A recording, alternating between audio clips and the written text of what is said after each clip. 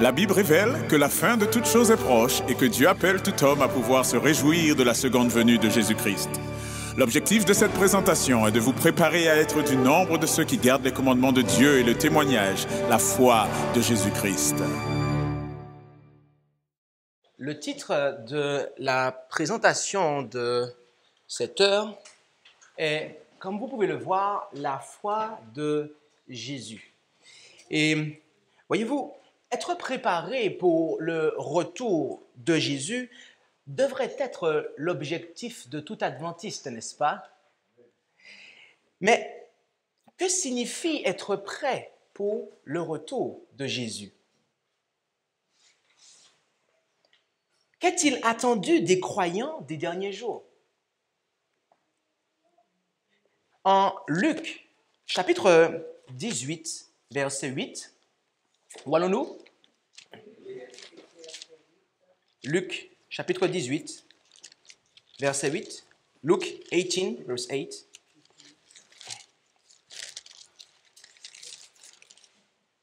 Nous lisons là, « Je vous dis qu'il les vengera bientôt. Mais quand le Fils de l'homme viendra, trouvera-t-il la foi sur la terre? »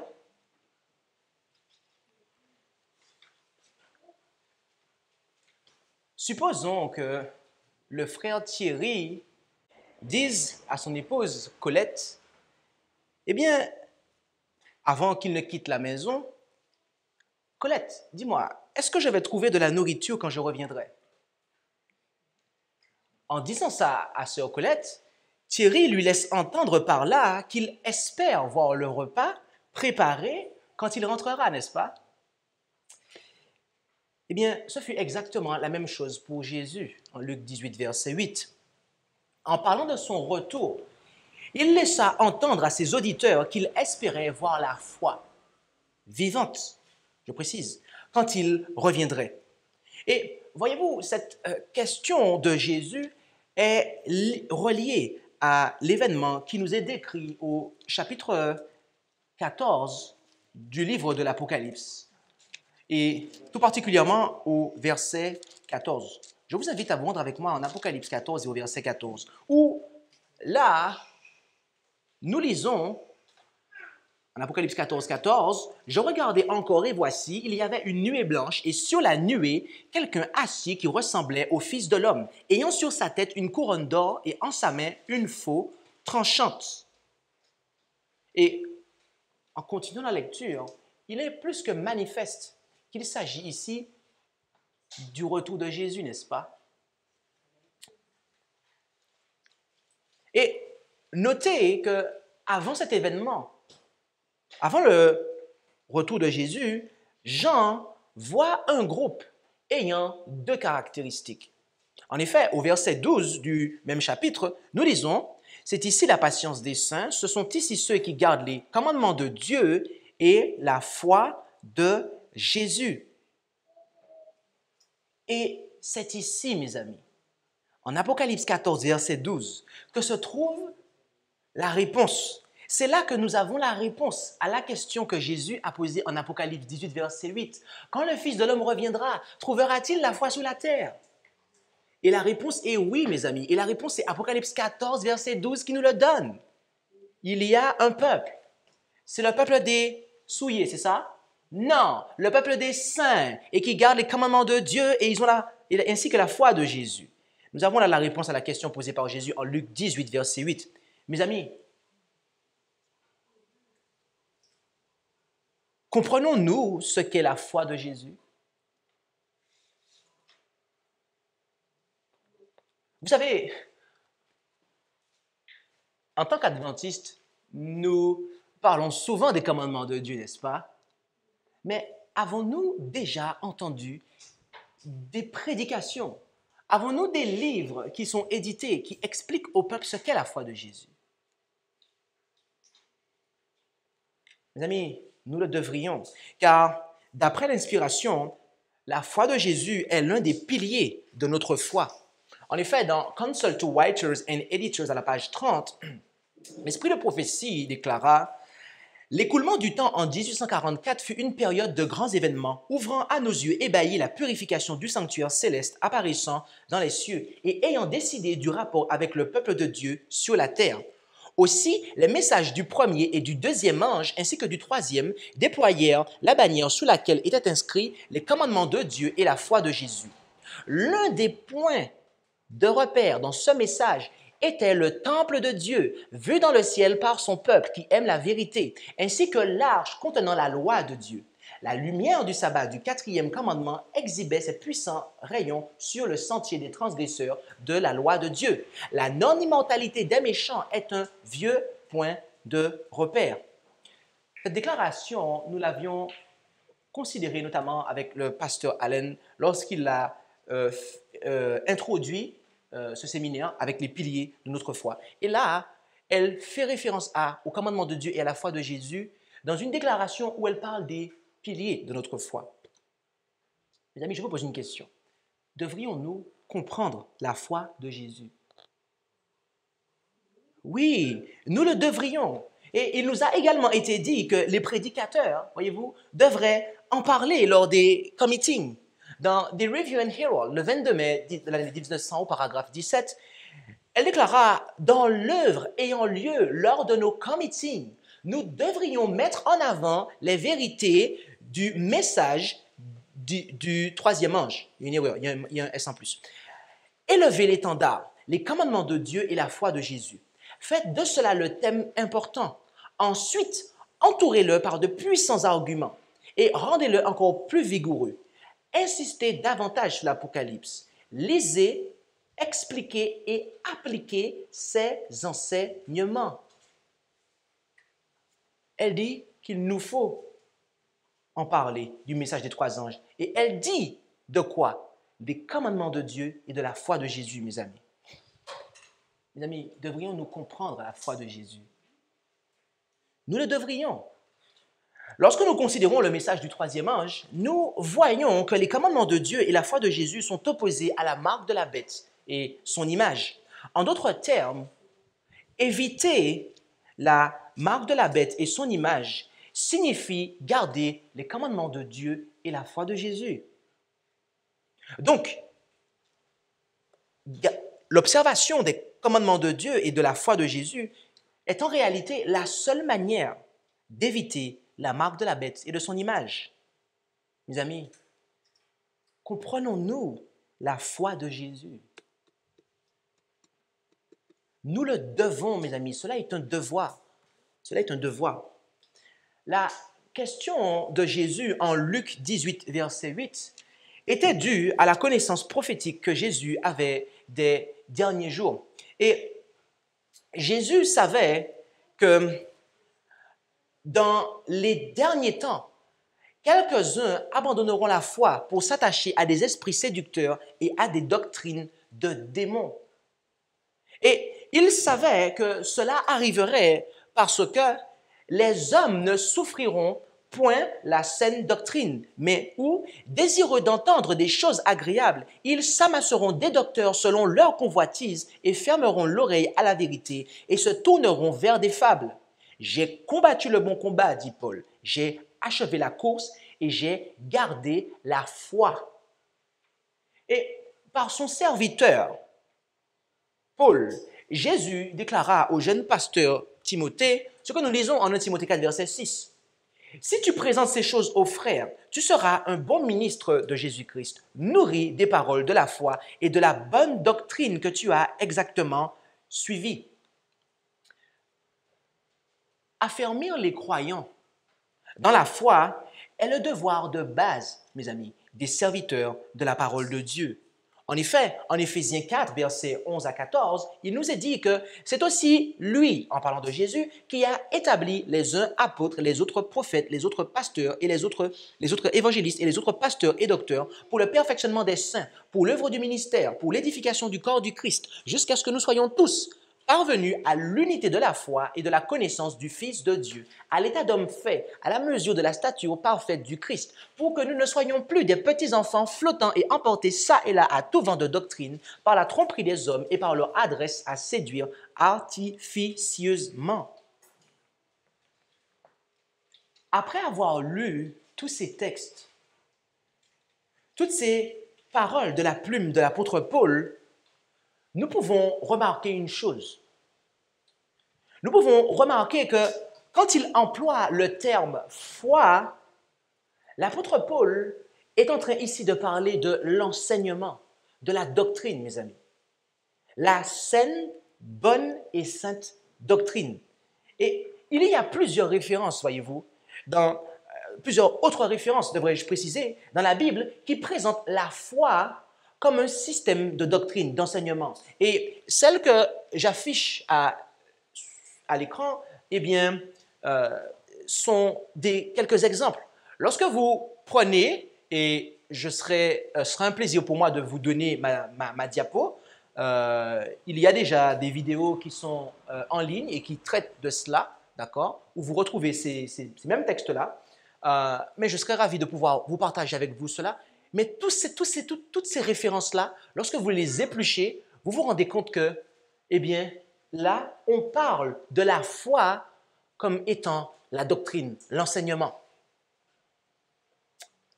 Ainsi, si la foi est égale aux enseignements ou à la doctrine, la foi de Jésus doit alors signifier les enseignements ou la doctrine de Jésus.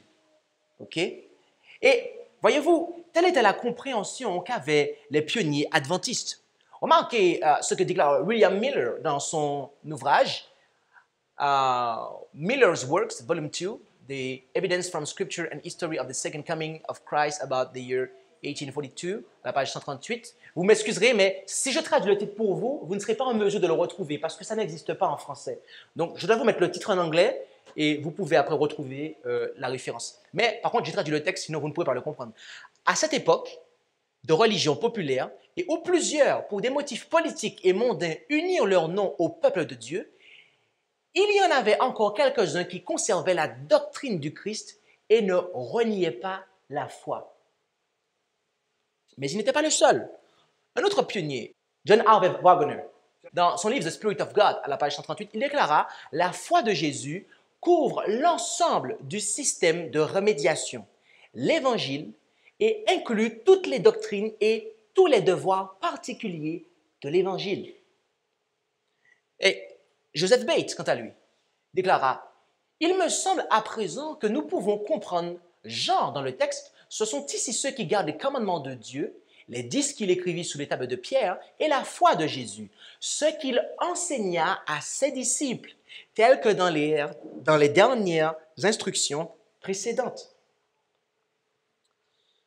E.A. Smith, et cet ouvrage, il existe en français, la maison d'édition La Voix Vivante le publie, donc c'est un extrait. L'ouvrage « Qu'est-ce qui fut cloué à la croix ?» la page 3. Les commandements de Dieu, sont les commandements, les 10 commandements, sont les commandements de Dieu, auxquels nous amène le 3e message d'Apocalypse 14, en rapport avec la foi de Jésus, laquelle, donc la foi de Jésus, comprend tous les enseignements et les préceptes du Christ et de ses disciples dans le Nouveau Testament. Apocalypse 14, 12. Et vous savez quoi? L'esprit de prophétie va dans ce sens, mes amis. Dans Manuscrit Police, volume 5, à la page 290, elle déclara « J'ai vu que les frères et sœurs n'avaient pas compris la foi de Jésus dans sa vraie lumière. Ils ont enseigné que cela était la guérison des malades, etc. Il ne s'agit pas simplement de guérir les malades, mais il s'agit de tous les enseignements de Jésus dans le Nouveau Testament, les commandements de Dieu et la foi de Jésus. Je vis que c'était l'ensemble du Nouveau Testament, lequel fait le récit de Jésus. D'accord? Les enseignements de Jésus, le Nouveau Testament. C'est cela, mes amis. Permettez-moi juste de m'arrêter ici. Aujourd'hui, je vous présente un aspect de la foi de Jésus. Car en réalité, j'ai déjà eu l'occasion de présenter ce message de manière complète. Et il y a 4 parties dans ce message. Ce que nous allons voir ce matin n'est qu'une seule partie, parce que nous n'aurons pas le temps de voir les 4 parties. Mais par contre, je tiens juste à attirer votre attention sur ce que je considère être la 4e et la 3e partie, c'est qu'elle dit, il ne s'agit pas simplement de guérir les malades. Quand elle dit simplement, elle implique que cela en fait partie. Mais il n'y a pas que cela. OK? Et pourquoi cela fait partie de la foi de Jésus? Eh c'est parce que quand il était sur terre, qu'est-ce qu'il faisait? Il guérissait, il prêchait et il enseignait. Donc, guérir les malades, c'est une partie de la foi de Jésus. Mais il n'y a pas que cela. Il n'y a pas que cela. D'accord? La deuxième, dans ma manière de présenter ce message, la deuxième partie, nous allons la considérer la semaine prochaine. D'accord? Et la quatrième, je tâcherai d'en faire mention ultérieurement. Mais voilà, l'esprit de prophétie confirme cela. Et nous allons, à travers cette présentation, voir des textes. Et vous allez vous rendre compte, et vous vous rendez déjà compte qu'en fait, lorsque vous lisez vos Bibles, vous n'avez qu'un seul texte qui vous parle de la foi de Jésus. C'est Apocalypse 14, 12. Et c'est pour cela, en fait, que les auteurs et même les étudiants de la Bible ont du mal à comprendre ce qu'est la foi de Jésus. Mais je vais vous expliquer comment, je vais vous expliquer, et d'abord je vais vous dire qu'il y a d'autres textes qui en parlent, mais c'est que les traducteurs, malheureusement, n'ont pas fait un travail correct. Parce que lorsque vous prenez Apocalypse 14, verset 12, et là nous allons faire un peu de grec, vous m'excuserez, mais c'est le nécessaire. Il est dit qu'il garde les commandements de Dieu et la foi de Jésus. Vous avez la morphologie, ce qu'on appelle la morphologie. Et dans le grec, la morphologie du nom Jésus ici, c'est le génitif en fait. Et lorsque vous avez le génitif, c'est quoi en fait?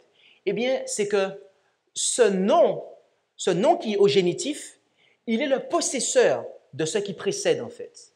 Donc, lorsque vous avez Jésus, qui dans le grec, le terme Jesus qui est au génitif, c'est qu'en fait, il est le possesseur de la chose. D'accord? Et c'est pour cela que l'on peut savoir qu'il s'agit de la foi de Jésus, en fait.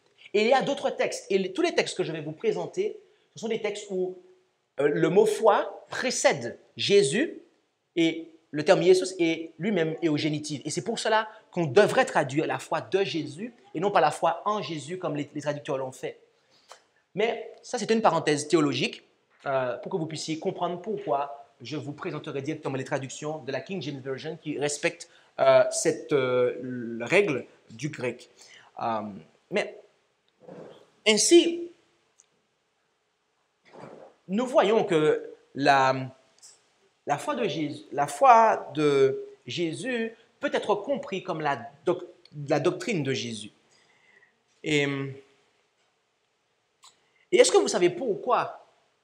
Est-ce que vous savez pourquoi l'une des autres raisons qui fait que cet enseignement n'est pas donné concernant la foi de Jésus? Mais mes amis, c'est parce que la foi de Jésus implique la doctrine du Fils de Dieu. Je répète, la foi de Jésus implique la doctrine du Fils de Dieu. En Jean, chapitre 5, versets 17 et 18, où allons-nous?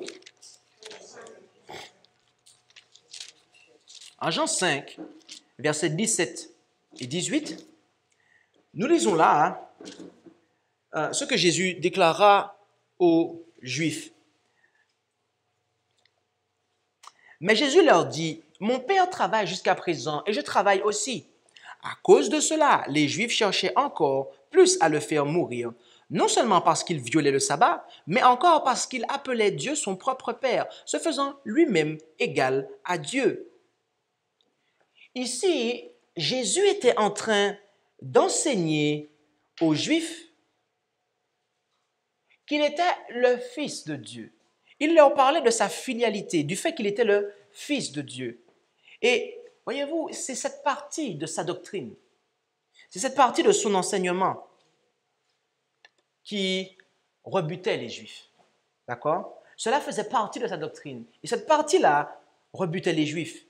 Et c'est pour cela que Jésus déclara plus loin en Jean chapitre 7, cette fois-ci, 2 chapitres plus loin, du verset 14 au verset 16.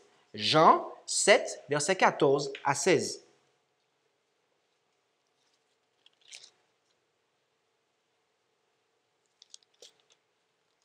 où nous lisons, vers le milieu de la fête, Jésus monta au temple et il enseignait.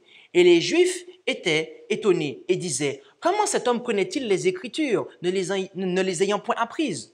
Jésus leur répondit, et faites bien attention à ce qui va suivre.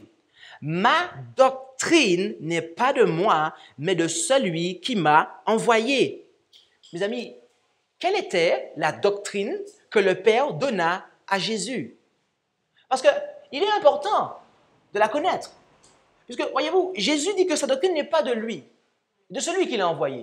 Donc, quelle était cette doctrine que le Père donna à Jésus? On pourrait se dire que, on n'était pas dans l'éternité avec le Père et le Fils pour savoir ce qui se disait, donc on ne peut pas le savoir. Mais j'aimerais vous dire quelque chose. Lorsque l'armée d'un pays doit envoyer quelqu'un en mission, en terre étrangère, vous savez, lorsque le missionnaire est dans son pays, il pourrait avoir besoin d'informations très précises.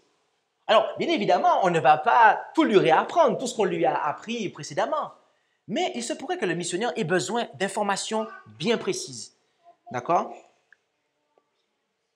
Une fois arrivé en terre étrangère. Mes amis, avant de venir sur cette terre, il est vrai que Dieu a dit beaucoup de choses à Jésus, son Fils. Mais la Bible rapporte que le Père déclara à Jésus, en Hébreux 1, verset 5, « Car auquel des anges Dieu a-t-il jamais dit, tu es mon Fils, je t'ai engendré aujourd'hui, et encore, je serai son Père et il sera mon Fils. » Vous savez, les évangiles rapportent que le Père n'a parlé que 3 fois. Donc, lorsque le Père parle, mes amis, cela est très important. Lorsque Jésus démarra sa mission dans le champ étranger de cette terre, Dieu n'a pas rappelé à Jésus tous les enseignements qu'il avait reçus au ciel, mais il lui communiqua celui qui était le plus important, lequel nous lisons à nouveau, dans Matthieu 3, en Matthieu 3, verset 17, et on l'a lu avec le pasteur Alan Stump.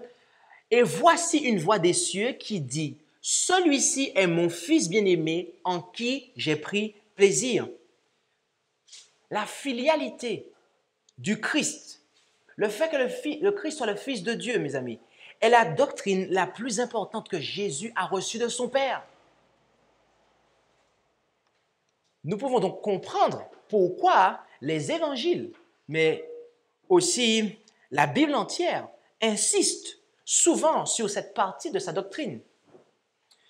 Mais voyez-vous, en dépit de la clarté de cet enseignement, certaines personnes déclarent que l'enseignement du Fils de Dieu n'est pas simple. Cela cache un mystère. En Jean, chapitre 18, au verset 20 et 21. Où allons-nous? En Jean, chapitre 18, versets 20 et 21. Lorsque le souverain sacrificateur l'interrogea concernant sa doctrine, Jésus lui répondit ce que nous lisons là. « J'ai parlé, dit-il, ouvertement au monde. J'ai toujours enseigné dans la synagogue et dans le temple où les Juifs s'assemblent de toutes parts. Et je n'ai rien dit en cachette. Pourquoi m'interroges-tu? Interroge ceux qui ont entendu ce que j'ai dit. Ces gens-là savent ce que j'ai dit. » Le mot « ouvertement » dans ce passage vient du terme grec « parrhésia ». Et ce terme « parrhésia » signifie franchise, franchement, publicité, librement, clairement, ouvertement. Ici, Jésus était en train de dire au souverain sacrificateur, et je vais paraphraser ce qu'il est en train de dire, pour que vous puissiez bien comprendre. Tu m'interroges concernant ma doctrine, mais ce que j'ai dit au monde dans la synagogue et dans le temple a toujours été clair et franc. Et cela est tellement vrai que ceux qui m'ont entendu sont eux-mêmes capables de t'enseigner ma doctrine. Mes amis, voici la doctrine qui vient de Jésus. Elle est si claire, elle est si franche que quiconque l'entend des lèvres de Jésus est capable d'enseigner la foi de Jésus, ce que Jésus croyait, de rapporter son enseignement. Il n'y avait pas de mystère, mes amis, dans la bouche de Jésus lorsqu'il disait qu'il était le Fils de Dieu.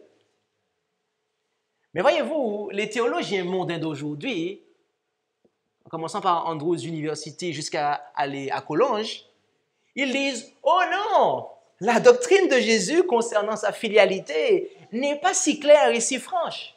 Vous savez, il joue le rôle du Fils, comme on a vu avec le pasteur Allen. Il nous a montré, il joue le rôle, c'est un rôle qu'il joue. Mais il n'est pas, en réalité, il n'est pas vraiment le Fils de Dieu. En réalité, il est la seconde personne de la Trinité. Et voyez-vous, les gens illettrés ne peuvent pas comprendre cela.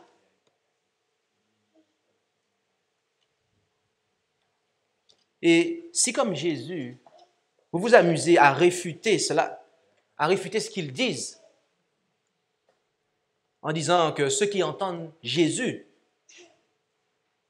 ceux qui n'ont pas d'éducation, ceux qui ne sont pas allés dans les écoles, eh bien, sont capables de comprendre sa doctrine, il est alors probable qu'ils vous fassent ce qu'ils ont fait à Jésus au verset 22. Remarquez.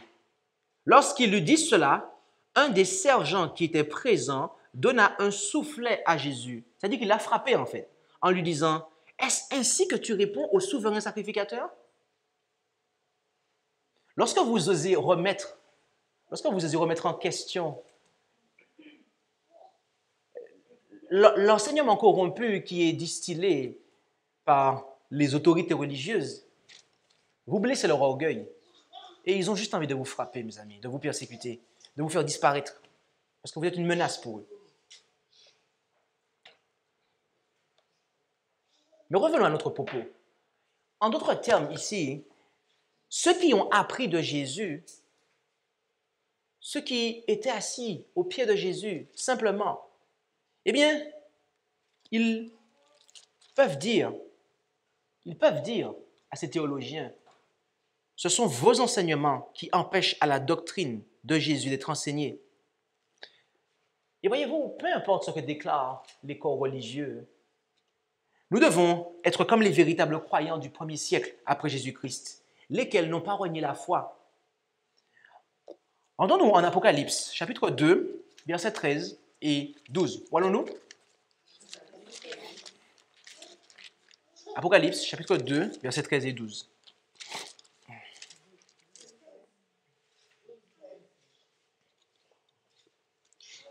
Écrit aussi à l'ange de l'église de Pergame, « Voici ce que dit celui qui a l'épée aiguë à deux tranchants. Je connais tes œuvres et le lieu que tu habites, où Satan a son trône. Et tu retiens mon nom. Et tu n'as point renié, quoi? Ma foi, même au jour où Antipas, mon fidèle martyr, a été mis à mort au milieu de vous, où habite Satan. » Et j'aimerais partager avec vous le commentaire. Parce que là, remarquez que Jésus, il parle à cette église, notamment à l'ange de l'église, et il dit que tu n'as point renié ma foi. Lorsque Jésus dit tu n'as point renié ma foi, il s'agit bien de la foi de Jésus. Ok. J'aimerais partager avec vous un commentaire qui résume ce que je voudrais vous faire comprendre. Dans l'ouvrage Daniel and Revelation, à la page 354, le pasteur E.A. Smith déclara « Le mot Pergame signifie élevé, élévation. La période couverte par cette église peut être située à partir des jours de Constantin, ou plutôt à partir de sa prétendue conversion au christianisme en 323 après Jésus-Christ, jusqu'à l'établissement de la papauté en 538 après J.C. Ce fut une période durant laquelle les authentiques serviteurs de Dieu durent lutter contre un esprit d'habitude mondaine, de fierté et de popularité au sein des prétendus disciples du Christ, et aussi contre les œuvres virulentes du mystère de l'iniquité qui résulta finalement dans le développement complet de l'homme de péché pontife. Là, on parle du pape ici. Et après, il continue en commentant où Satan a son trône. Christ prit connaissance de la situation défavorable de son peuple durant cette période. Le langage n'est probablement pas destiné à indiquer un lieu. Pour ce qui est de l'endroit, Satan œuvre partout où il y a des chrétiens. Mais il est certain qu'il y a des temps et des saisons où il œuvre avec une puissance particulière. Et la période couverte par l'Église de Pergame fut l'une d'entre elles. Durant cette période, la doctrine du Christ était en train d'être corrompue. Le mystère de l'iniquité agissait et Satan était en train de poser les fondements même de ce très prodigieux système de méchanceté, la papauté. Ce fut là l'apostasie prédite par Paul en 2 Thessaloniciens 2, verset 3. La foi de Jésus a été corrompue par le mystère de l'iniquité, la papauté. Et ceux qui ont accepté son œuvre ont renié ainsi la foi de Jésus. Mais quels étaient les enseignements introduits par la papauté qui étaient venus s'opposer aux enseignements de la foi de Jésus? Mes amis, la réponse à cette question est une clé pour comprendre le combat de la foi que les saints d'Apocalypse 14, 12 doivent combattre. En effet, Apocalypse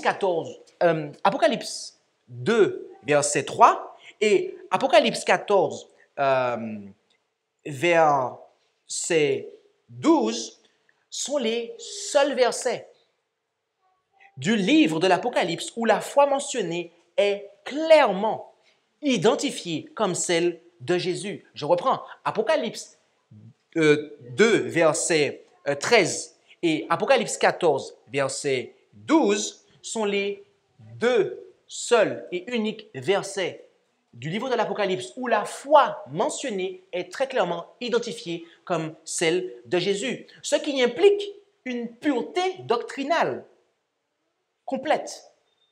De plus, le contexte de ces deux versets, Apocalypse 2, 13 et Apocalypse 14, 12, eh bien, fait mention de l'œuvre de Satan, la papauté.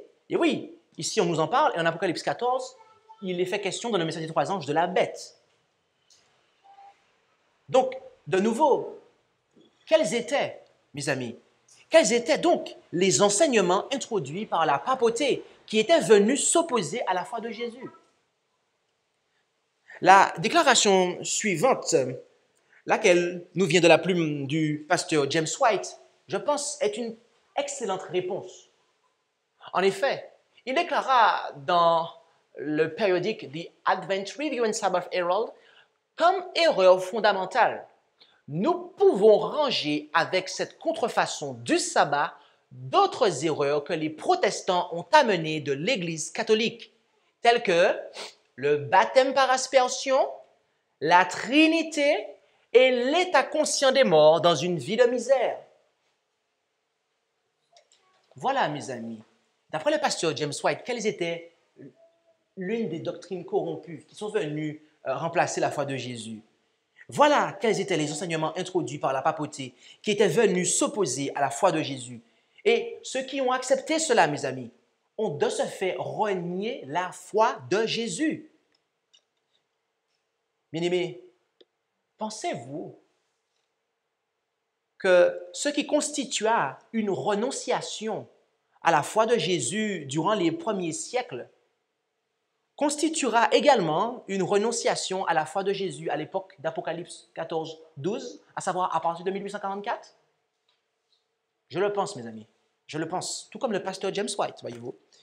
En effet, il continue en disant « La masse qui a tenu ces erreurs fondamentales l'a sans doute fait par ignorance. Mais peut-on supposer que l'Église du Christ amènera avec elle ces erreurs jusqu'à ce que les scènes du jugement fassent irruption sur la terre? Nous ne le pensons pas. Ce sont ici ceux, et il précise, dans la période du message donné juste avant que le Fils de l'homme prenne sa place sur la nuée blanche, Apocalypse 14, 14, qui gardent les commandements de Dieu et la foi de Jésus. Cette classe, dit-il, qui vit juste avant le second avènement, ne gardera pas les traditions des hommes et ne maintiendra pas d'erreurs fondamentales relatives au plan du salut par Jésus-Christ. Et comme la vraie lumière brille sur ces sujets, et qu'elle est rejetée par la masse, alors la condamnation tombera sur eux, et cette heure solennelle et redoutable approche à grands pas. Il devrait donc être clair pour nous qui vivons à l'époque d'Apocalypse 14, 12, mes amis, que ceux qui continuent à croire et à pratiquer le baptême par aspersion ou qui sanctifient le dimanche sont en train de renier la foi de Jésus, n'est-ce pas? Et bien aimés, il devrait aussi être clair pour nous que ceux qui croient en la Trinité sont également en train de renier la pure et sainte foi de notre Seigneur Jésus-Christ. Et voilà pourquoi nous devons comprendre la foi de Jésus, mes amis. Lorsque nous parlons aux gens concernant la doctrine de Dieu, le fait qu'il n'y ait pas de Trinité, mais que nous avons Dieu le Père, qui est le seul vrai Dieu, Jésus-Christ, qui est son Fils et qui est l'image du Dieu vivant, et que le Fils a la plénitude de l'Esprit en lui, et qu'il nous l'accorde, et l'Esprit que nous recevons est l'Esprit de consolation. Le Père nous console par son Fils. Eh bien, lorsque nous exposons aux gens, eh bien, la majorité d'entre eux n'arrivent pas à voir comment la doctrine de la Trinité est et sera impliquée dans l'obtention de la marque de la bête. Vous avez entendu ce que je vous ai dit là? Les personnes qui croient en la Trinité, mes amis, beaucoup d'entre eux vous disent, oui, mais ce qui est important, c'est de ne pas recevoir la marque de la bête. Donc, ton adoration là, et qu'il n'y ait pas de Trinité, ce n'est pas important. Mes amis, les gens ne se rendent pas compte que la doctrine de la Trinité va les amener directement dans l'obtention de la marque de la bête. Et nous allons le voir. Nous allons le voir. Lorsque nous considérons le message du troisième ange, remarquez que les commandements de Dieu et la foi de Jésus sont clairement opposés. Ils sont clairement opposés à la marque de la bête et de son image. Ainsi, l'observation des commandements de Dieu et de la foi de Jésus. Et c'est ce que beaucoup ne comprennent pas, c'est que Apocalypse 14, 12 nous donne une caractéristique. J'ai fait une erreur là, mais corrigez-moi s'il vous plaît. 2 caractéristiques, mes amis. Apocalypse 14, 12 nous donne 2 caractéristiques. Et on insiste sur les commandements de Dieu. Les commandements de Dieu. Mais mes amis, les Juifs aussi observent le sabbat, mes amis. Et pourtant, quand la marque du dimanche quand la marque de la bête va arriver, ils vont le prendre. Ils vont la prendre. Parce que pour éviter la marque de la bête, mes amis, il nous faut garder les commandements de Dieu et la foi de Jésus, mes amis. Si on me coupe ma jambe gauche, est-ce que je peux continuer à marcher là, sans rien d'autre? Je peux continuer à marcher? Non, je pourrais sauter. Je n'ai pas dit me déplacer. Je pourrais sauter. Je pourrais me déplacer. Mais est-ce que je peux continuer à marcher? Non, j'ai besoin de mes 2 pieds. Bon Dieu, nous 2 pieds. Les commandements de Dieu, la foi de Jésus. On doit marcher avec les 2. Pourquoi on n'en a qu'un seul? Vous comprenez? Mes amis, c'est cela. Dieu nous a donné 2 pieds en tant que peuple. Les commandements de Dieu et la foi de Jésus, mes amis. Ainsi, l'observation des commandements de Dieu et de la foi de Jésus sont l'unique manière d'éviter la marque de la bête et son image. Mais allons un peu plus loin. En Colossiens, chapitre 1, versets 12 à 15. Où allons-nous? C'est exact. Rendons-nous-y promptement. Promptement. Colossiens 1, versets 12 à 15. Et là, nous lisons. Rendons grâce au Père, qui nous a rendus capables d'avoir part à l'héritage des saints dans la lumière, qui nous a délivrés de la puissance des ténèbres et nous a fait passer dans le royaume de son Fils bien-aimé, en qui nous avons la rédemption par son sang, la rémission des péchés. C'est lui, c'est qui le lui dont on parle ici? Jésus. C'est lui qui est l'image du Dieu invisible, le premier-né de toutes les créatures. Le fait que Christ, le Fils de Dieu, soit l'image de Dieu, eh bien, voyez-vous, cela est un enseignement clair et répétitif de l'apôtre Paul. En effet, en 2 Corinthiens, chapitre 4, versets 3 et 4, où allons-nous? C'est exact. 2 Corinthiens 4, versets 3 et 4. Là, nous lisons que si notre évangile est voilé, il est voilé pour ceux qui périssent, pour les incrédules dont le Dieu de ce siècle a aveuglé l'esprit, afin que nous ne soyons pas éclairés par la lumière du glorieux évangile de Jésus-Christ qui est l'image de Dieu. Et en Hébreu, chapitre 1, verset 3, comme si cela ne suffisait pas de texte, remarquons la chose suivante. En Hébreu 1, verset 3. Hébreu 1, verset 3. Il nous est dit, en parlant de Jésus, qui est la splendeur de sa gloire et l'empreinte, c'est-à-dire l'image en fait, l'empreinte de sa personne et soutenant toutes choses par sa parole puissante, etc. Jésus-Christ est quoi? Il est l'image du Dieu invisible. Mes amis, sous le message du troisième ange, il n'y a que deux camps possibles. Il y a le camp de la bête, où les gens adorent la bête et son image, Apocalypse 14, verset 9, et en reçoivent la marque ou le signe, Apocalypse 14, verset 11, et le camp des saints, où les gens adorent Dieu et son image, Jésus-Christ. Et oui, car ils gardent les commandements de Dieu et la foi de Jésus. Or, Jésus est l'image de Dieu. D'accord. Apocalypse 14, 12 et Apocalypse 14, 1, ces personnes qui gardent les commandements de Dieu et la foi de Jésus, qui adorent Dieu et son image en observant les commandements de Dieu et la foi de Jésus, eh bien, sont représentées en Apocalypse 1, en Apocalypse 14, verset 1, tout du moins, comme ayant le sceau de Dieu. Bien-aimé, Dieu est esprit, nous dit Jésus, et il faut que ceux qui l'adorent en esprit et en vérité. En gardant les commandements de Dieu et la foi de Jésus, les saints d'Apocalypse 14, 12 adorent Dieu et son image, c'est-à-dire son Fils unique engendré. Et voyez-vous, le signe que nous recevrons au front, mes amis, la marque que nous recevrons au front, elle dépendra de notre adoration. Si vous adorez la bête et son image, vous en prendrez la marque. Mais si vous adorez Dieu et son image, en observant les commandements de Dieu et la foi de Jésus, vous allez recevoir le sceau de Dieu, mes amis, la marque divine, son caractère. Et c'est pour cela que nous devons demeurer dans la foi de Jésus, dans sa doctrine, afin de garantir notre adoration. Rendons-nous en 2 Jean, chapitre 1, versets 9 à 11. Où allons-nous? 2 Jean, c'est cela. Chapitre 1, versets 9 à 11. 2 Jean 1, versets 9 à 11. En réalité, il n'y a qu'un seul chapitre dans cet épître. Et là, nous lisons du verset 9 à 11. Quiconque est transgresseur et ne demeure pas dans la doctrine de Christ n'a point Dieu. Celui qui demeure dans la doctrine de Christ a et le Père et le Fils. Si quelqu'un vient à vous et n'apporte point cette doctrine, ne le recevez point dans votre maison et ne le saluez point. Bien des fois, nous entendons que la doctrine n'est pas si importante, que c'est l'amour, la chose la plus importante.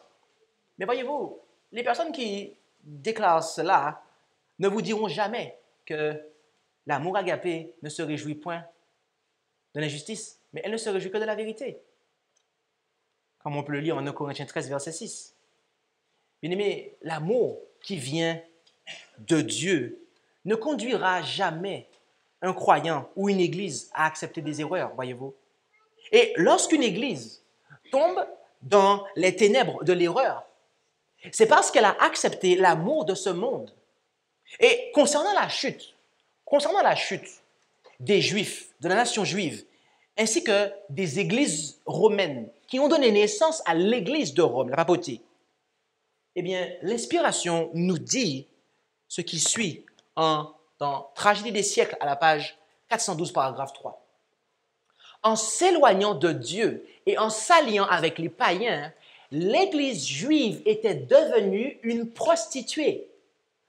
Or, en recherchant l'appui des pouvoirs de la terre, Rome s'est rendue coupable du même péché et encourt la même inculpation. Remarquez que ces corps religieux furent condamnés par Dieu en raison de leur alliance, en raison de l'alliance qu'ils firent avec les puissances païennes de ce monde. Mais qu'en est-il de la suite? Eh bien, veuillez prêter attention à la déclaration suivante, toujours dans le même ouvrage, à la même page, mais un autre paragraphe. Elle dit « Babylone est appelée la mère des impudiques. Ces filles représentent évidemment les églises qui s'attachent à ces doctrines et à ces traditions et qui, comme elles, sacrifient la vérité et l'approbation de Dieu pour contracter une alliance illicite avec le monde. Le message annonçant la chute de Babylone concerne les organisations religieuses qui, autrefois pures, se sont corrompues. » Je vous pose une question. Est-ce que les femmes qui sont à Terre-Saint-Ville là-bas, qu'on appelle des prostituées, est-ce qu'elles sont sorties du ventre de leur mère prostituée? Non. Elles le sont devenues. Pour x, y raison. Dieu connaît. Et Dieu les aime. Vous savez ça? Vous savez que Dieu les aime? Ah, Dieu les aime, mes amis. Jésus avait une ancienne prostituée parmi son corps de disciples. Vous savez ça? Mais ces femmes malheureuses qui sont là-dedans, elles ne sont pas arrivées au monde prostitué. Elles le sont devenues. Voyez-vous, la prostitution n'est pas une personne, ce n'est pas une race. C'est un comportement, mes amis.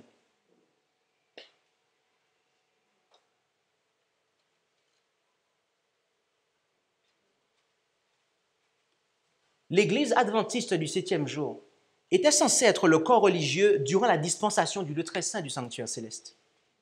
Cependant, en raison de ce que l'histoire de cette Église nous apprend et de ce que nous avons vu durant cette étude, notamment l'abandon de la foi de Jésus par la dénomination, et ce pour s'attacher à la doctrine de Rome, comme les églises protestantes avant elles l'ont fait.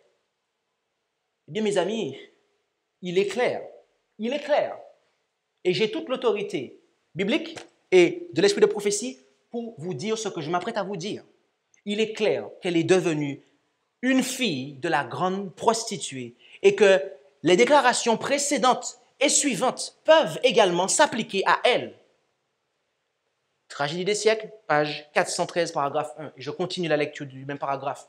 Étant donné que ce message suit la proclamation de l'heure du jugement, il se rapporte au dernier jour, il ne peut désigner l'Église catholique seule, tombée il y a des siècles. En outre, au 18e chapitre, le peuple de Dieu est invité à sortir de Babylone. D'après ce message, nombre d'enfants de Dieu se trouvent encore dans Babylone. Quel corps religieux recèle actuellement la plus forte proportion des disciples de Jésus? Ce sont sans aucun doute les diverses églises professant la foi protestante. Au moment de leur naissance, ces églises ont pris noblement position pour Dieu et pour la vérité, et la bénédiction de Dieu a reposé sur elles. Les non-croyants eux-mêmes ont dû reconnaître les bienfaits qui découlent de l'acceptation des principes de l'Évangile. Pour employer les termes du prophète, ta renommée se répandit parmi les nations à cause de ta beauté, car elle était parfaite grâce à l'éclat dont je t'avais orné, dit le Seigneur l'Éternel. Mais ces églises sont tombées par le péché même qui avait été la cause de la ruine d'Israël, le désir de suivre l'exemple et de gagner l'amitié des impies. Tu t'es confié dans ta beauté et tu t'es prostitué à la faveur de ton nom. Ézéchiel 16, versets 14 et 15.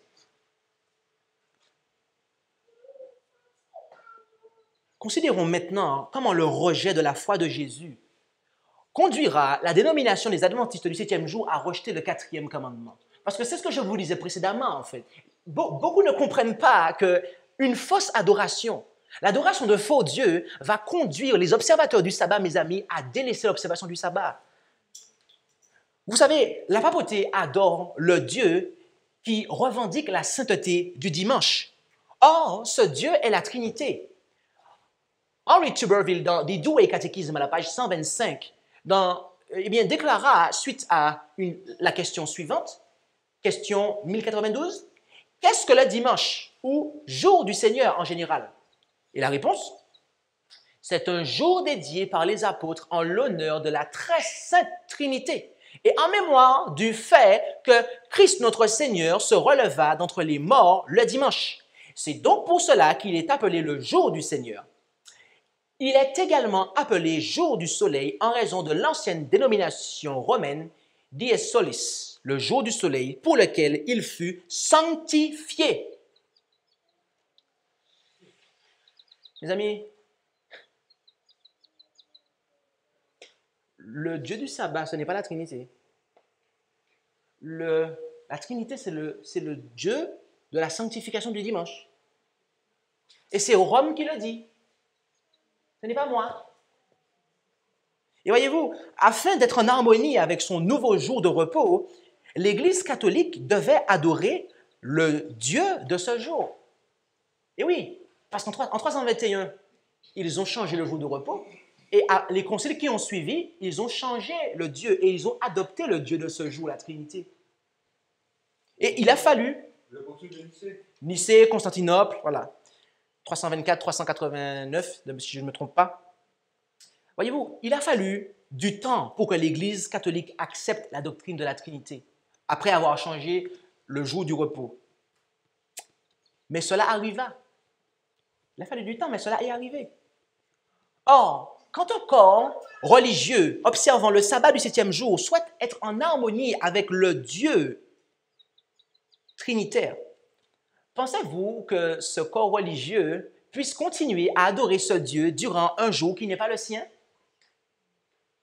Non. Non, mes amis. Je dois vous dire la chose très clairement, mes amis. La dénomination adventiste, aussi improbable que cela pourrait vous paraître, son destin à l'heure actuelle, elle se destine à délaisser le sabbat, mes amis. Et c'est pour cela qu'aux États-Unis, vous avez des églises adventistes qui ouvrent leurs portes le dimanche. Ils font un culte le sabbat et un culte le dimanche. Et les gens qui ne peuvent pas venir le sabbat, ben, ils y vont le dimanche. Sauf qu'à un moment... Mais ça ne vous rappelle rien? Est-ce que vous avez étudié la manière dont le sabbat a été instauré, le sabbat du dimanche a été instauré? C'était ça. Ils ont mis le culte le dimanche, et à une époque, il y avait les deux, le sabbat et le dimanche. Et puis, des années après, ils ont enlevé le sabbat, mes amis, et ils ont fait que le culte du dimanche. Et c'est exactement ce qui est en train de se passer.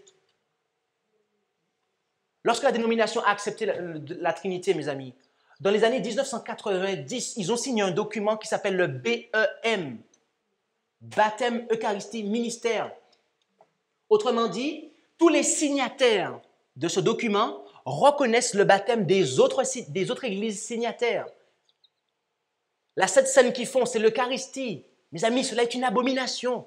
C'est une abomination, l'Eucharistie. C'est quoi? C'est le prêtre qui a le pouvoir de prendre Jésus, de le faire descendre du ciel et de le mettre dans l'hostie, et c'est vraiment le corps du Christ que vous mangez. Mes amis, ce n'est pas ce que la Bible nous dit.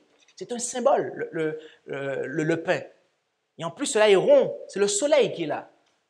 Et quoi encore? Le M pour ministère. Et ça, c'est le plus fort, mes amis, parce que c'est pour cela qu'il y a des échanges de chair. C'est pour cela qu'il y a des échanges de chair, que vous voyez des pasteurs des pasteurs baptistes, évangélistes, pentecôtistes, qui viennent et qui rentrent dans l'église adventiste et qui prêchent. Et pareil, des pasteurs adventistes qui vont dans les autres églises et qui prêchent. Mais pourquoi cela a lieu? Personne ne se dit, mais qu'est-ce qui a fait ça? C'est parce qu'ils ont signé ce document BEM. Et du coup, ils sont rentrés avec ça vraiment dans le mouvement œcuménique, mes amis. Ils sont vraiment rentrés dans le mouvement œcuménique. Mais les choses se font petit à petit. On oublie comment, mes amis, le dimanche a été institué.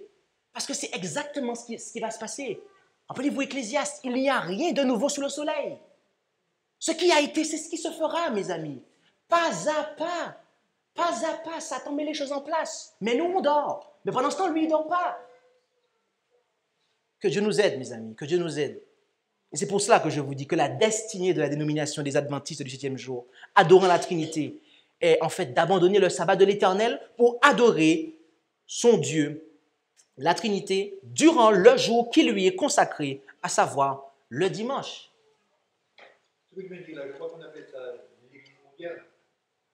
C'est cela. l'Église mondiale. Et qui est le chef? Qui sera le chef? Qui a été désigné être le chef de cette Église mondiale? Vapoté? Le 31 octobre 2017, qu'est-ce qui s'est passé? On a fêté quoi? La fête de la réforme? Vous savez quoi? Ce jour-là, le président actuel, Ted Wilson, il était en Russie. Et vous savez ce qu'il a dit?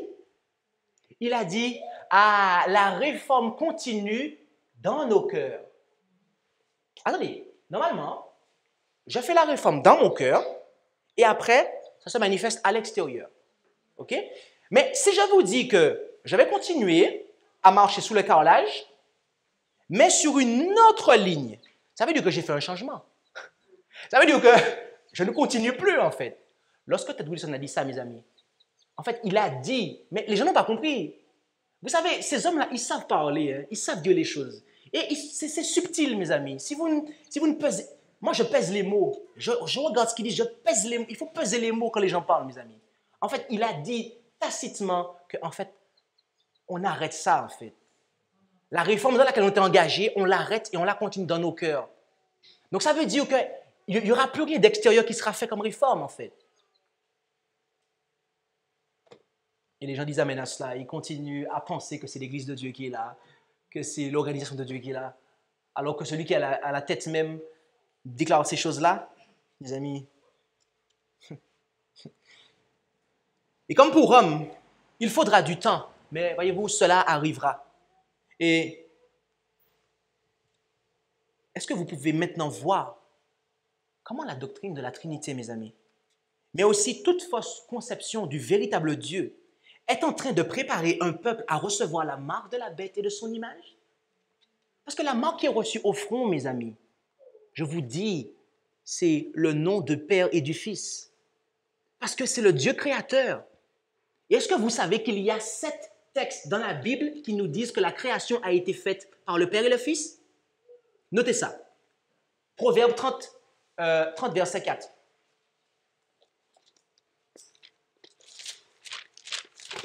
Je ne le prends pas, je regarde juste la référence parce que Proverbe 30, c'est ça. Proverbe 30, verset 4.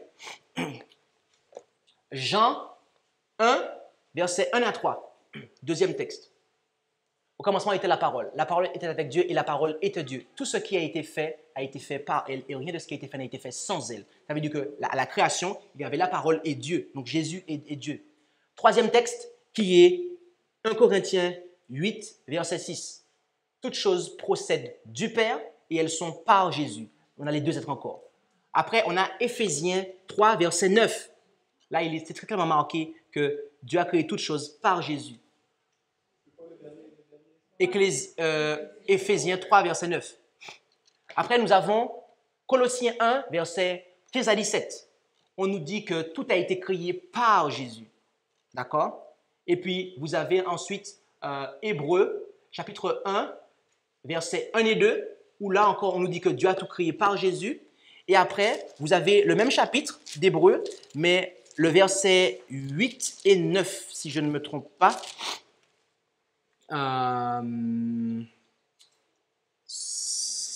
Non, le verset 10, Hébreux 1, verset 10.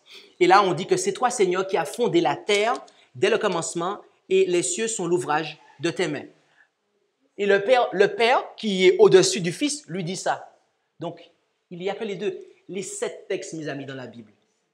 Donc, la divinité, mes amis, qui est à l'origine du sabbat, ce n'est pas la Trinité, mes amis. C'est Dieu le Père et son Fils. Oui?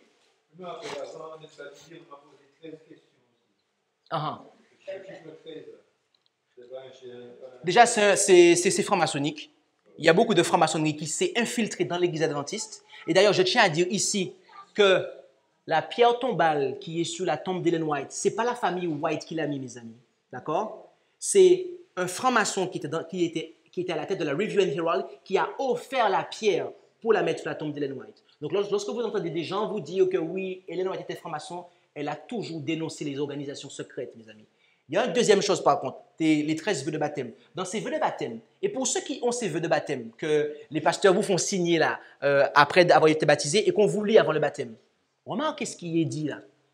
Vous devez croire dans la Trinité. Est-ce que tu crois que Dieu, c'est Père, Fils et Saint-Esprit? Après, on te dit aussi que est-ce que tu t'engages à soutenir l'Église adventiste? En fait, quand tu te fais baptiser, en fait, tu donnes ta vie à l'Église adventiste et à la Trinité. Et tu t'engages aussi dans ces vœux à soutenir par tes dîmes et tes offrandes ce système, en fait. J'invite les gens qui se sont fait baptiser dans l'Église à réfléchir à ce qu'a été leur parcours. Oui?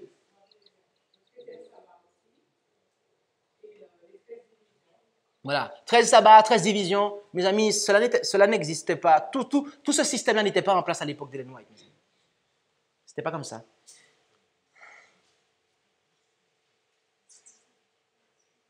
Mes amis, en raison du fait qu'elle soit devenue une fille de la grande prostituée, en acceptant, entre autres, la doctrine de la Trinité, les membres de la dénomination adventiste du 7e jour, aussi bien que les autres groupes chrétiens, ils ont besoin de ce message, mes amis.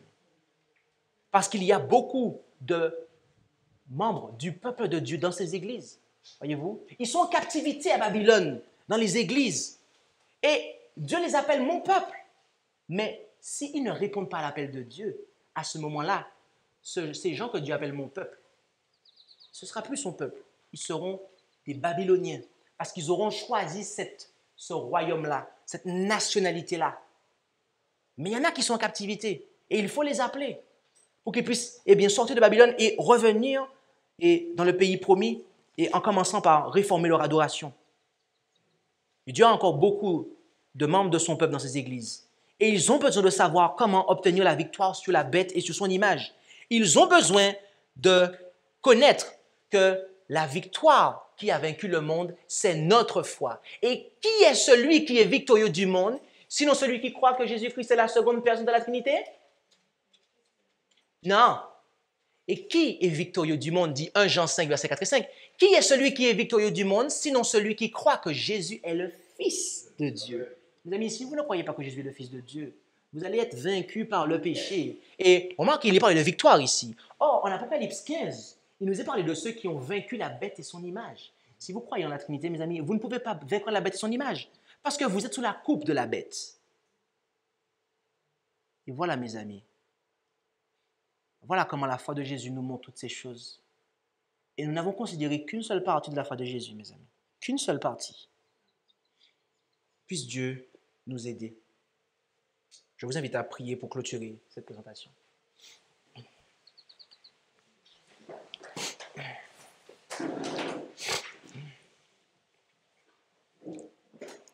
Éternel notre Dieu, merci pour ta parole qui est une lampe à nos pieds et une lumière sur notre sentier. Seigneur, tu nous envoies un message solennel pour cette fin des temps. Tu nous envoies le triple message d'Apocalypse 14. Et le troisième ange nous donne une révélation très claire des caractéristiques de ton peuple. Père, donne-nous de pouvoir bien saisir ce que sont les commandements de Dieu et la foi de Jésus. Aide-nous à ne plus être boiteux, à n'avoir qu'une seule jambe, mais à marcher sur nos deux jambes, les commandements de Dieu et de la foi de Jésus. Ainsi, nous serons victorieux. Nous aurons la victoire sur la bête et sur son image. Non pas que nous ayons quelque mérite, mais parce que nous aurons simplement accepté le message que tu nous envoies. Aide-nous, Père, à prendre une décision. En ce matin, il y en a qui sont dans la vallée de l'indécision et qui doutent et qui ne savent pas s'il faut te suivre. Mais Père, il n'y a plus de doute à avoir. Nous devons suivre ta parole, ton message, et marcher dans la vérité et te laisser les conséquences du fait que nous décidons de marcher dans la vérité sans compromis. Aide-nous, Père, à prendre décision maintenant, car si nous remettons cela à plus tard, nous ne savons pas si nous pourrons prendre cette décision, car l'ennemi, il ne dort pas. Alors aide-nous, Seigneur, et donne à mes frères et sœurs ici prosternés et à ceux qui regarderont l'enregistrement de pouvoir prendre la décision maintenant de te servir, de ne pas attendre, car demain ne nous appartient pas. Alors aujourd'hui, tu nous dis, si nous entendons ta voix, n'endurcissons pas nos cœurs. Alors aide-nous, Père, bénis-nous et continue à œuvrer dans nos vies. Merci pour ton amour, merci pour Jésus que tu nous as donné. Nous t'en prions dans son nom et pour ta gloire. Amen. Merci d'avoir écouté cette présentation avec intérêt. Pour plus d'informations, consultez notre site internet lereste.org et suivez-nous sur Facebook ainsi que sur YouTube à @lereste. Vous pouvez aussi nous contacter par email à info@lereste.org ou par téléphone au +33 6 12 60 13 69.